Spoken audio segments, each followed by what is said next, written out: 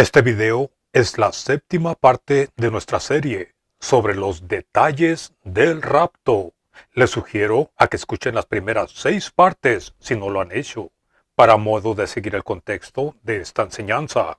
Las enseñanzas tradicionales no son más que una ceguera de la verdad y no debemos basar nuestras doctrinas en ninguna tradición denominacional, tales como la iglesia comenzó en el día de Pentecostés o Israel fue desechado cuando el Cristo fue crucificado. Tales enseñanzas no concuerdan con las Escrituras, pero es la obligación de cada uno de nosotros de examinar la palabra de verdad y dividirla correctamente para descubrir exactamente si la palabra de Dios concuerda o no con tales tradiciones. Y si la tradición y la verdad no coinciden, entonces no tenemos otra opción más que desechar la tradición en favor de la palabra de Dios.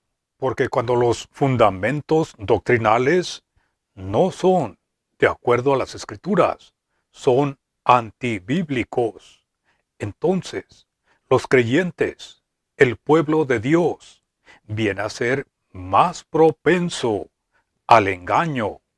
Y esto es exactamente lo que es la teoría del rapto misterioso. Es el golpe maestro del engaño. Eso lo seguiremos exponiendo usando las escrituras en esta serie. En nuestro video anterior mostramos que el libro de los Hechos no es el comienzo de la era de la iglesia, la cual es su cuerpo. Y ahora podemos comenzar a presentar lo que realmente es el rapto o el arrebatamiento de Primera de Tesalonicenses capítulo 4. Este arrebatamiento o este rapto se trata, escuchen bien, se trata de la esperanza de la nación de Israel y no de la iglesia. Esa diferencia la estaremos examinando con más detalles en esta serie. Pero primero, la pregunta es, ¿qué es la esperanza de Israel? Es el establecimiento del reino en la tierra de Israel. Noten esto, Hechos capítulo 28, verso 20. Es el apóstol Pablo hablando y dice, porque por la esperanza de Israel, ¿notaron eso? Por la esperanza de Israel, estoy sujeto con esta cadena. Ahora, en esta serie hemos visto que el Antiguo Testamento fue la base del gran evangelio de Pablo en las sinagogas de los judíos. Y es muy necesario para nuestro propio entendimiento de Primera de Tesalonicenses, que realmente reconozcamos la afirmación del mismo apóstol Pablo sobre su ministerio durante el periodo de los Hechos, y especialmente su evangelio. Notemos en Hechos capítulo 13, verso 32, que de nuevo es el apóstol Pablo hablando en la sinagoga de los judíos, y dice, nosotros, eso es Pablo y Bernabé, nosotros también os anunciamos el evangelio de aquella promesa. ¿Cuál promesa? La promesa del establecimiento del reino de Israel. Esa promesa hecha a nuestros padres. ¿Quiénes son estos padres? Son los padres de los israelitas, es decir, Abraham, Isaac y Jacob, el rey David, etc. Ahora, en la epístola a los Gálatas, capítulo 1, versos 11 y 12, dice, mas os hago saber, hermanos, que el evangelio anunciado por mí, eso es el apóstol Pablo, no es según hombre, pues yo ni lo recibí, ni lo aprendí de hombre alguno, sino por revelación de Jesús el Cristo. Voy a mencionar que el evangelio al que se refiere aquí el apóstol ciertamente no es el mismo misterio de Efesios capítulo 3, porque este misterio de Efesios capítulo 3 no tiene ninguna relación con los padres de Israel, sino que es la revelación de la administración de la gracia de Dios entre los gentiles. Escuchen esto y que quede claro, porque ya lo hemos demostrado varias veces en esta serie. El misterio de Efesios capítulo 3 ciertamente no era lo que Pablo había visto y oído durante los hechos, sino hasta después del último capítulo de los hechos. Y debemos reconocer esta distinción. Noten esto, Gálatas capítulo 1, verso 15. Dios, el Dios de sus padres, llamó a Pablo, verso 11, y el evangelio que recibió en Gálatas capítulo 1, verso 12, era en acuerdo perfecto con los propósitos de Dios para Israel y toda la tierra durante el periodo de los hechos. Y en Gálatas capítulo 1, verso 23 dice, solamente oían decir, aquel, es decir, Pablo, que en otro tiempo nos perseguía, ahora predica la fe, o predica la misma doctrina que en otro tiempo asolaba, o aquella doctrina que en otro tiempo destruía. Ahora, ¿cuál era esa fe o esa doctrina que en otro tiempo destruía? Primera de Corintios capítulo 15 versos 3 y 4 nos da la respuesta y nos dice cuál era la revelación que él recibió durante el periodo de los hechos. Dice, porque primeramente os he enseñado lo que asimismo recibí. ¿Notaron eso? ¿Qué recibió? Que el Cristo murió por nuestros pecados conforme a las Escrituras, y que fue sepultado y que resucitó al tercer día conforme a las Escrituras. Este es el evangelio que el apóstol predicaba y enseñaba durante todo el periodo de los hechos. Y en el verso 11 dice, porque o sea yo, Pablo, o sean ellos, los 12 apóstoles, así predicamos, o predicamos lo mismo, y así ustedes han creído. En Hechos capítulo 26, versos 6 y 7, Pablo hace otra clara declaración de que su esperanza durante los hechos era la misma esperanza que tenía la impenitente nación de Israel. Esa esperanza estaba basada en las promesas hechas por Dios, Yahvé Elohim, a los padres de Israel. Noten cómo dice, y ahora, por la esperanza de la promesa que hizo Dios a nuestros padres, los padres de los judíos, soy llamado a juicio, promesa cuyo cumplimiento esperan que han de alcanzar nuestras 12 tribus. ¿Cuáles son las 12 tribus? Las 12 tribus de Israel. Y ya hemos mostrado varias veces en esta serie que esta promesa y esa esperanza es el reino y las bendiciones para toda la tierra a través de la nación de Israel y su Mesías, Yahshua, Jesús el Cristo. Ahora, si ustedes han estado siguiendo esta serie desde el principio, ya deben de saber que la epístola de Primera de Tesalonicenses fue escrita durante los hechos de los apóstoles, y la esperanza del tal llamado rapto o el arrebatamiento que se encuentra en el capítulo 4 versos 16 y 17 era la misma esperanza que toda la nación de Israel estaba esperando ver a que se cumpliera en aquel tiempo y durante sus propias vidas. Esta esperanza de los tesalonicenses es la promesa hecha a los padres de Israel, no a la iglesia, y no tiene nada que ver con el ministerio posterior a los hechos del apóstol Pablo, el cual es la administración de la gracia de Dios a las naciones.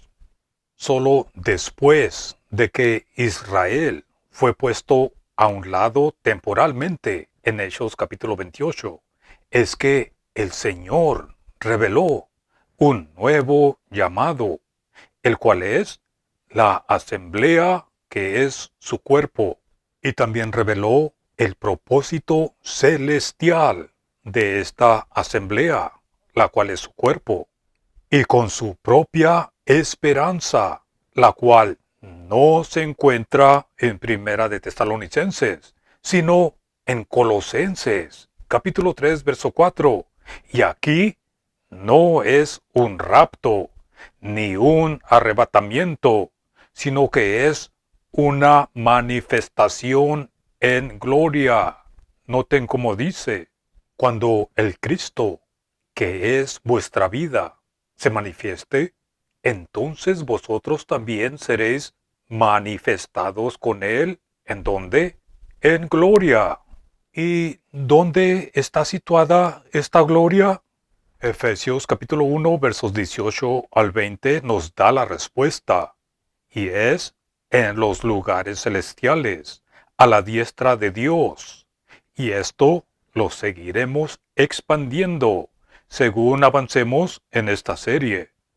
La teoría del misterioso rapto de la Iglesia está construida sobre los siguientes falsos y vaporosos y vanos fundamentos. Anótenlos. 1. Que la nación de Israel fue desechada cuando el Cristo fue crucificado y que allí comenzó la Iglesia. Esto es falso. 2. Que la nación de Israel fue desechada en el día de Pentecostés y que los judíos y gentiles fueron bautizados en un cuerpo y que todo el libro de los Hechos es la historia de la nueva iglesia. Esto es falso. 3. Que el libro de los Hechos es el comienzo de una nueva era y que la iglesia reemplazó a la nación de Israel. Esto es súper falso. 4. Que el apóstol Pablo salió por todo el mundo durante el periodo de los Hechos, predicando y anunciando a todo el mundo acerca de la nueva administración de la gracia de Dios, la cual solo él recibió por revelación. Esto es falso. 5. Que los Hechos es un libro transicional y que el apóstol Pablo tuvo una revelación progresiva.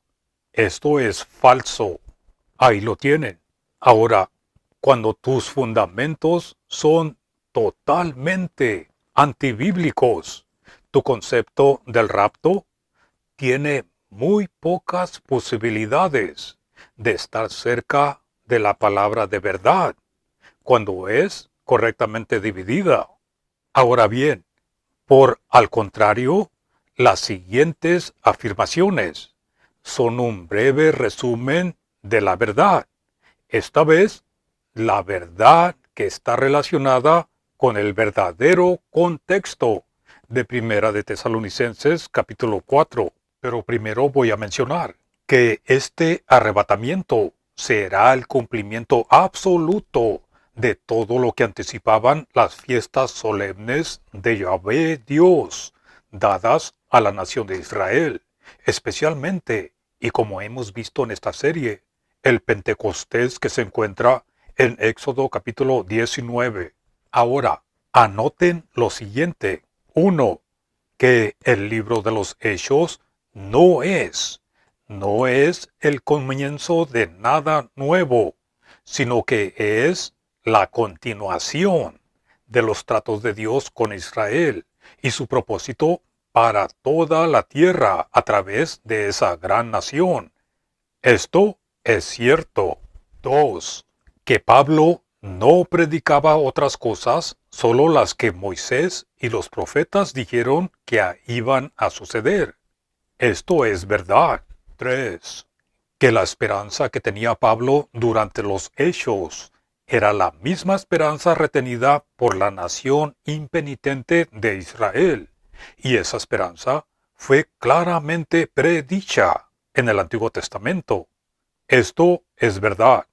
4. Que la esperanza que se encuentra en Romanos capítulo 15 es la bendición de todas las familias de la tierra, y es lo que fue prometido a Abraham, y que en la epístola a los Gálatas podemos ver una bendición adicional para Abraham, la cual es la nueva Jerusalén que desciende del cielo a la tierra nueva. Esto es verdad. 5. Que durante el tiempo de los hechos de los apóstoles se esperaba y estaba por suceder el regreso del Cristo y el establecimiento del reino, pero algo sucedió que provocó un cambio. Esto es verdad. 6. Puesto que la epístola a los tesalonicenses fue escrita durante los hechos, entonces la esperanza de los tesalonicenses, es decir, el arrebatamiento del capítulo 4, se debe entender de acuerdo con todo lo mencionado. Esto es verdad. Ahí lo tienen. Entonces, a luz de todas estas verdades que hemos examinado en esta serie, solo podemos decir que Primera de Tesalonicenses capítulo 4, el tal rapto, es una esperanza que se encuentra en el Antiguo Testamento de la nación de Israel y no de la iglesia. Desafortunadamente, las enseñanzas tradicionales de las denominaciones han oscurecido la verdad de las Escrituras.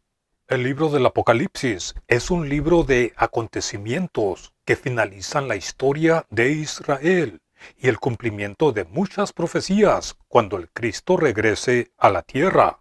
Y en Apocalipsis capítulo 8, verso 6, tenemos la revelación de 7 ángeles con 7 trompetas.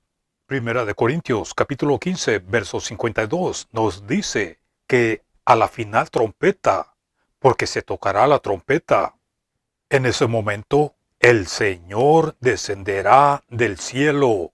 Así nos dice Primera de Tesalonicenses capítulo 4, verso 16. No para regresar al cielo con los que serán arrebatados, sino que viene a la tierra como Rey de Reyes y Señor de Señores. Apocalipsis capítulo 19, los versos 11 en adelante, es parte de esa séptima trompeta. Y este acontecimiento no se trata del Cristo reinando la tierra desde el cielo, como enseñan algunos, sino que Él desciende a la tierra en la última trompeta, tal como lo hizo en el libro del Éxodo, capítulo 19.